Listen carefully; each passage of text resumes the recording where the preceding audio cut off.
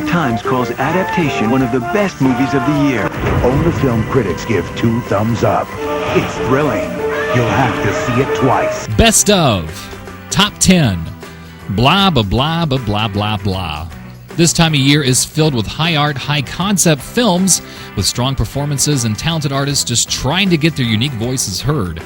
Now, don't get me wrong, I love these kinds of films, and I'd be a hypocrite if I didn't admit that I've contributed to some of the hype. But with all these must-see big cinematic events out there, well, it makes you ask, where'd all the movies go? You know, movies. Those 90-minute pieces of fluff that doesn't want to challenge your perspective, doesn't want to change the world. They only exist to make you smile as you eat your popcorn in the dark. Movies that, even though you can see the ending coming a mile down the road, it still feels as warm and comfortable as an old pair of blue jeans. Well, don't lose heart, movie lovers. Romantic comedies have made a comeback in a big way, with 2 equally strong pictures still packing the theaters. Jennifer Lopez is the Maid in Manhattan, a Cinderella story about an overworked, underpaid hotel housekeeper who's in the wrong place at the right time. Hi. I'm Chris Marshall. I let him think that I was staying in the suite, not cleaning it. I'm the maid, Ty. Ma, I hate to break it to you, but I don't think he's after your money. I can't believe you just said that! You can say The Maid in Manhattan is inspired heavily by Julia Roberts' breakthrough movie, Pretty Woman. Let's not lie to ourselves, it is Pretty Woman, minus all the prostitutes. But originality and storyline don't really matter here. It's all about the chemistry.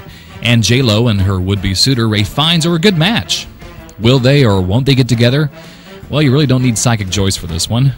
Let's just call it a fun and entertaining ride at 2.5 out of 4 stars, for that's all that really matters. By the way, J-Lo was actually the second choice for the movie. The part originally was designed for Sandra Bullock, who turned down the role to co-star in another romantic comedy, 2 Weeks' Notice. Terrific resume, and congratulations on the baby. What baby? Maybe you should check with me before you talk. What baby?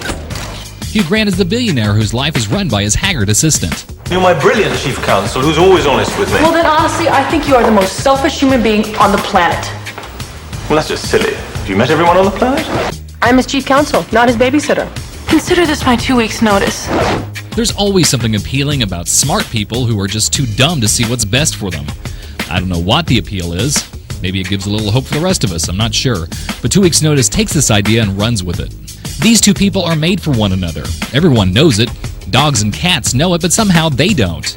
It's a simple premise and the most basic principle of all romantic comedies, but few do it successfully.